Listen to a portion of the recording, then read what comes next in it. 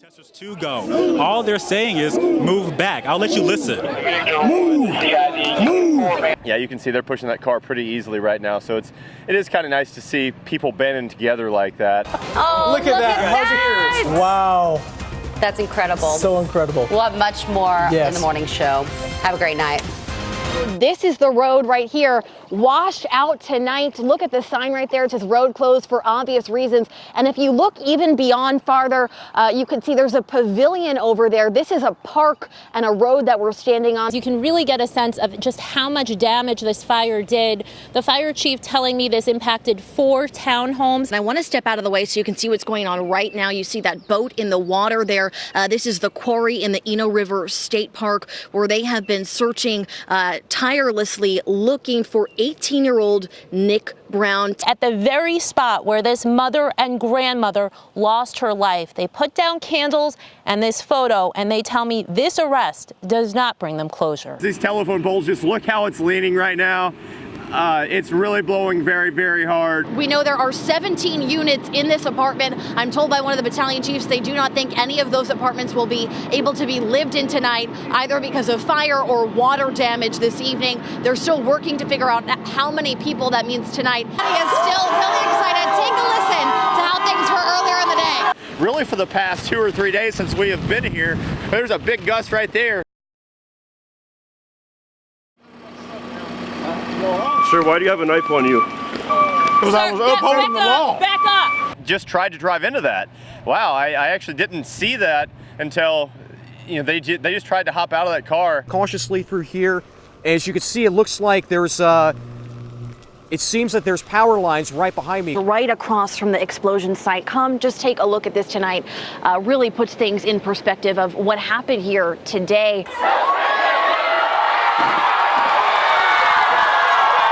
You could just see some of the damage left all throughout the area here. Large trees, uprooted trees all over properties throughout this street. And even I want to take you over here. Check this out. A tree on top of this car. You could see the imprint it left in its back window. At this point, as to the motive or if the shooter was actually in this vehicle or in another vehicle. Look behind me, and if you look up, you can see we're not. I mean, there is downtown Raleigh right there. I want to show you this. Not 1, not 2, but 3 large tree stumps. Behind us here, you can see that white vehicle. It appears the back windshield of it was shot out. Now, Wake Forest police do not have much information at this point. I'm going to step out of the way. It is a very active scene right now. These firefighters are working hard between Little Creek Church Road and West Olive Road. The showdown right there at Cameron Indoor Arena. We're going to be back with all the action. Crews also rescued 3 dogs, making for several happy reunions. Trying to get a better understanding of what impact Gen X has on people. Walking up to cars using plastic shopping bags to open up unlocked doors and steal valuables such as laptops and credit cards. And it's this type of activity police says that they're making sure you keep your doors locked. First things first, well, we got to toast to our good luck cupcakes that were given to us. Well, it's a bit eerie out here outside of the wind, which has really picked up over the course of maybe the last hour to 45 minutes. Really just look at all of this water. It's therapeutic, so it's our therapy. Allie and Adam Hogan are on the coast honoring the victims killed in the Virginia Beach mass shooting. My dad was in the building next to it 2 minutes before it happened. He was actually supposed to go pull a permit that same day, but for some reason he just didn't go down. We're a big city, but we're a real small town feel. You know, everybody knows everybody, it seems like. The Hogans are friends with the son of one of the victims, Herbert Snelling, a contractor trying to fill a permit when he was killed. He was just a great man. He was big into his church, and just if you didn't know him, you knew him. He never met a stranger from what we heard.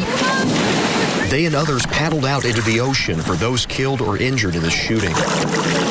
Just typically being from a beach community and living here, if someone passes away in the community and was avid on the water, even if they weren't, this is just kind of how everyone comes together. Some friends, others strangers, coming together as one. My neighbor, she lost a son, and my other neighbor worked in the building next door, so it all impacted us in in small ways. It's hard every single time that I have to look at these. Cassie Hillian even bringing pieces of driftwood, each bearing a name of those who are gone. It doesn't impact the environment in a bad way, and their names will float out to sea. And when we go out, we can honor each person and let the families know we really love them, and we're so sorry they're having to go through all this. Whether on land or water, those like the Hogans will continue to rise up for those impacted. It's extremely unfortunate, and they're going to need Virginia Beach as a community in the next coming days, weeks, months, and even years.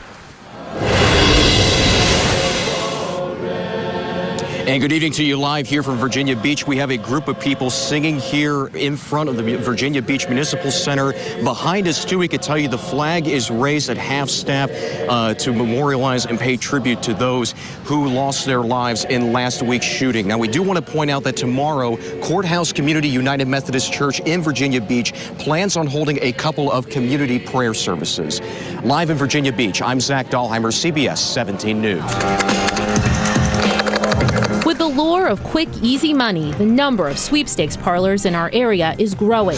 The large amounts of cash they have on hand and the late-night hours have also made them targets for violent crimes. We went to the casino, ain't fair about them people got robbed. Two guys came here with a mask on and was shooting. Everybody all right, y'all? That 911 call is just one of dozens from sweepstakes parlors in Raleigh this year. Gunshots fired. Back in November, I introduced you to a wife and mother who'd been shot following a robbery outside one of those businesses, the Blue Room on South Saunders Street. She was really terrified when she was being shot. There was just all sorts of things running through her mind at the time. I reached out to the Raleigh Police Department and the state, hoping to get a specific list of sweepstakes parlors in the city. Turns out they don't have a record of them because they don't have to be licensed. With no database, I instead requested calls for service for several known sweepstakes cafes dating back 6 months. The results from Raleigh police show dozens of calls, from break-ins to disturbances to assaults, a growing concern for the North Carolina Sheriff's Association. For years, we've heard that the sheriffs are getting complaints from their law-abiding citizens, complaints from family members. Chris Poole is the head of the state's ALE gambling unit. He works undercover, so he can't show his face. Under North Carolina law, games of chance are illegal. Businesses claim these are games of skill. The way Poole sees it, it's all against the law. If you have a game of chance and then you add a component that you're saying that is skill, that does not make that game of chance legal in North Carolina. They have to go in undercover, they have to play the machines, they have to be equipped with the necessary equipment to video what the machine is doing. Because the DA needs that in order to prosecute the case. But the investigations take time and resources.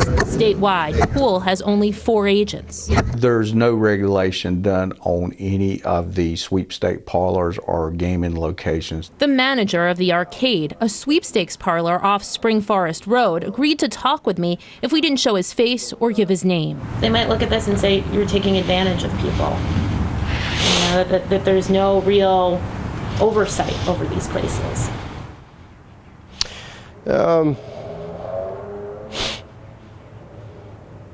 Would you say that could be said about a car dealership too? CBS 17 stopped by several of these businesses. We found most have free drinks and food. They keep the windows tinted, much like a casino. Poole also points out that since they're not regulated, there's no way to ensure the owners are paying taxes on their earnings. So why isn't more being done in Wake County? I went to District Attorney Lauren Freeman looking for answers. They are constantly working to create new games and different games, such that what we may go in and say today is illegal, they may be playing something totally different by tomorrow. Freeman says if they have an investigation that they believe will stand up in court, they'll pursue it. In Raleigh, Amy Cutler, CBS 17 News. Photojournalist George Umbenhauer was there as family and friends granted her Christmas wish. Glory to the newborn King. Gosh, it's just so cool. Peace on earth. They've gotten this done in 5 days. She deserves it. Every kid deserves it. We wish you a Merry Christmas. Isla loves Christmas too. She loves getting presents. She loves the pretty decorations and the trees. Merry Christmas. We just want to see all the effort that everybody has put in. There's been a lot of work. One little girl, her struggle, her family has touched so many people. If they're asking us to do something like this, I'm up for it. She knows she's sick. As a parent, it's probably the hardest thing you can have your child go through. She has defied a lot of odds. Rudolph the red-nosed reindeer. It's awe-inspiring. The community coming together has honestly made all of this a little bit easier. And the music, singing, I hope she loves it. We wish you a Merry Christmas. It's really, really touching to think that so many people love my kid and so many people want to do anything they can to make her smile. Christ is born in Bethlehem. It's nice. It's for her.